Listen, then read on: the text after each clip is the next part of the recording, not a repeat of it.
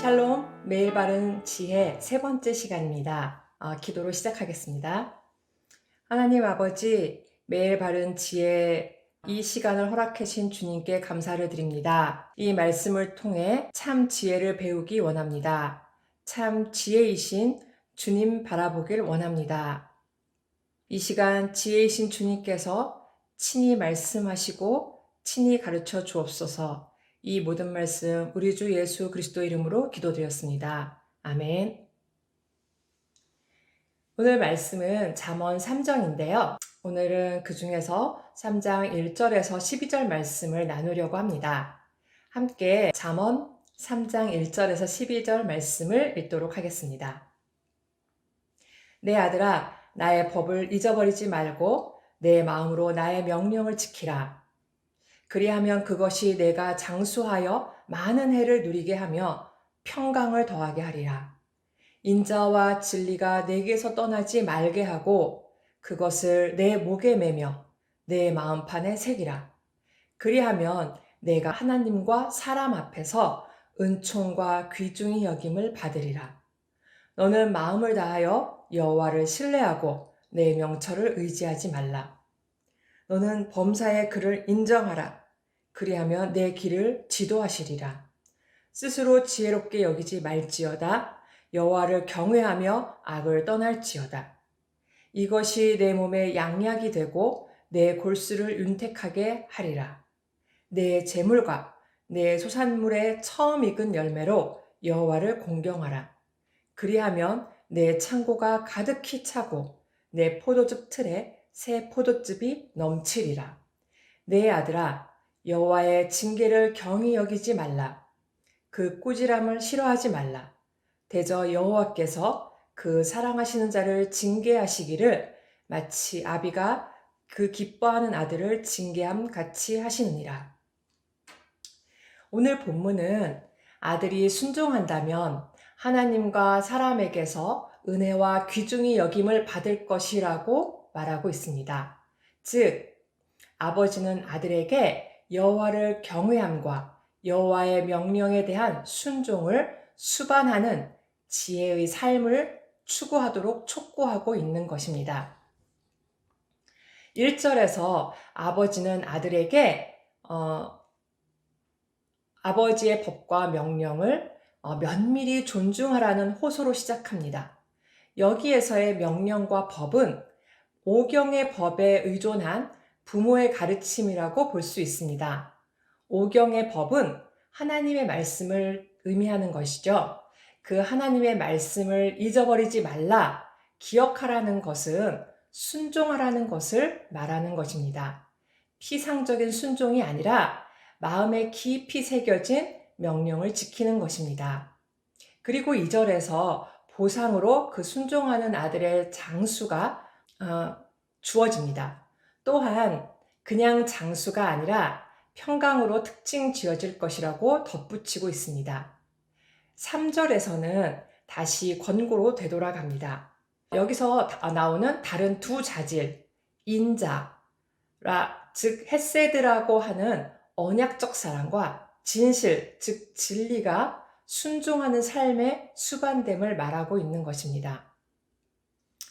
여호와께서 그의 앞으로 지나시며 선포하시되 여호와라 여호와라 자비롭고 은혜롭고 노하기를 더디하고 인자와 진실이 많은 하나님이라.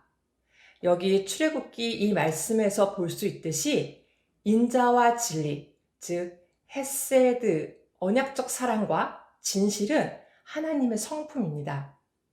언약적 사랑, 헤세드는 언약에 의한 변함없는 사랑을 뜻합니다. 이 단어들은 언약 상대자를 향한 하나님의 태도를 보여주며 그들에게 계속 관여하시고 또 돌보시고 그러한 것을 보여주는 것입니다. 그리고 여기서 그 언약적 사랑과 진실을 목에 메고 마음판에 새기라고 말합니다.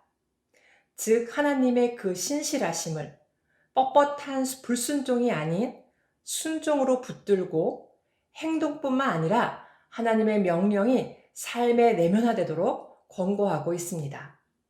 그리고 4절에서는 순종의 보상은 명예롭게 될 것이며 그들의 지혜가 추앙될 것이라고 말합니다. 5절에서 다시 여호와를 신뢰하라고 훈계합니다. 이것은 자신의 수단을 신뢰하지 않는 것을 뜻하는 것이죠. 내 안에 본래적 수단이 없다고 인정할 때 삶에서 더 좋은 안내가 되는 하나님의 능력과 지혜에 마음을 열게 됩니다. 6절은 당신의 길에서 하나님을 안다면, 하나님을 인정한다면, 하나님을 깨닫는다면 당신 자신의 길이 곧게 바르게 지켜질 것이라고 말하고 있습니다. 7절에서는 5절에 자신의 명철을 의존하지 말라는 다른 표현입니다. 만약 자신이 지혜롭다고 생각한다면 그는 자신의 수단으로 일을 처리하려고 할 것이지만 그 자신의 수단은 충분하지 않습니다. 그 반대로 하나님을 경외하게 되면 자신의 능력과 수단을 적절한 관계에서 보게 되며 자연스럽게 악을 싫어하게 됩니다. 8절에서는 그 결과로 즉 여호와를 경외하고 악을 피하며 자신의 눈에 지혜가 있다고 하지 않는다면 그들은 건강하고 윤택하게 될 것이라고 말하고 있습니다. 그러니까 다 건강에 가는 것이죠. 뼈가 윤택하게 된다는 것도 건강을 말하는 것이죠. 9절에서는 사람들이 자신들의 일부를 기꺼이 포기한다면 신뢰하고 경외하는 여호와를 향한 적절한 태도를 지니고 있음을 보여줄 수 있다고 말합니다. 이렇게 할 때 그에 대한 보상을 10절에서 보여주는데 오히려 자신의 재물이 줄어들지 않고 늘어남을 알게 될 것이라는 거죠. 그리고 그 풍요의 배후는 바로 하나님 자신이십니다. 오늘 본문의 마지막으로 11절, 12절에서는 징계의 의미를 보여줍니다. 하나님은 사랑하기 때문에 징계하십니다. 사랑하지 않는 자는 노아의 홍수 때처럼 소돔과 고모라처럼 그냥 멸하시죠. 하나님은 자기 백성이 계속해서 자신들의 삶을 위협하는 태도와 행동을 원하지 않으십니다. 인간 아버지가 자기 아들에게 하는 사랑의 훈계라는 예시를 통해서 하나님의 징계의 의미를 강하게 보여주시는 거죠. 이렇게 징계는 고통스러울지라도 그것은 은혜의 표시입니다. 오늘 말씀에서도 바른 지혜란 지난 이틀간도 잠언을 읽으셨듯이 그 바른 지혜란 하나님의 말씀을 순종하고 헤세드와 진리이신 하나님을 절대 떠나지 않고 하나님이 우리 행함의 동기가 되며 우리 자신의 생각을, 우리 자신의 명철을 의지하는 것이 아니라 오직 하나님을 신뢰하고 가는 길 가운데서 오직 하나님만을 인정하고 하나님만을 깨닫는다면 또 주님을 경외하며 그로 인해 악을 떠나며 우리의 소유물로 하나님을 공경하는 것이 바른 지혜라고 알려주고 있습니다. 그렇게 바른 지혜의 길을 가게 되면 평강으로 오래 살고 하나님과 사람에게 존귀히 여기게 되며 가는 길이 구부러지지 않고 곧게 되며 건강하게 되며 풍성하게 된다고 말하고 있습니다. 그런데 우리는 쉽게 우리의 경험, 우리 자신의 생각, 우리의 고집으로 하나님을 잊을 때가 얼마나 많은지 모릅니다. 특히 어떤 문제가 생겼을 때 기도는 없이 우리는 그런 우리의 생각들, 성공했던 경험들, 우리의 지식들만을 끄집어내고 그것이 특별한 해결 방법처럼 생각되어지곤 합니다. 또 그것이 아니면 인생의 선배라는 사람들에게 아니면 그것의 전문가라고 하는 사람들에게 묻는 데에만 마음이 급합니다. 또 요즘에는 그 외에도 인터넷에서 검색까지만 합니다. 그리고 그 결과는 참담할 때가 많습니다. 세상 사람들은 그렇게 하면 잘 되던데 왜 나는?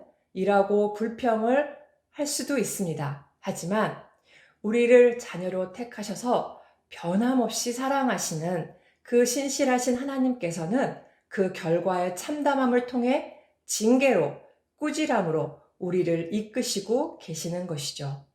즉, 우리 그리스도인들에게 여러 가지 문제들이 있지만 특별히 징계와 꾸지람으로 인한 그 문제는, 그렇게 발생한 문제는 바로 재앙이 아니라 바로 큰 축복입니다. 다시 한번 바른 지혜로 돌아가는 기회가 되는 것이죠. 오직 하나님만을 신뢰한다는 것은 기도와 말씀을 통해 우리에게 주어진 것들을 분별하는 것입니다.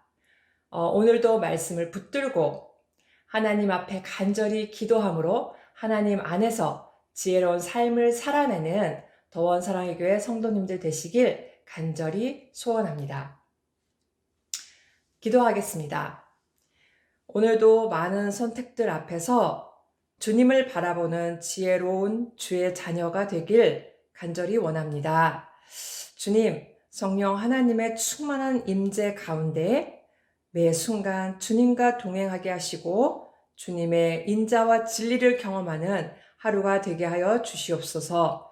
이 모든 말씀 우리 주 예수 그리스도 이름으로 기도드렸습니다. 아멘.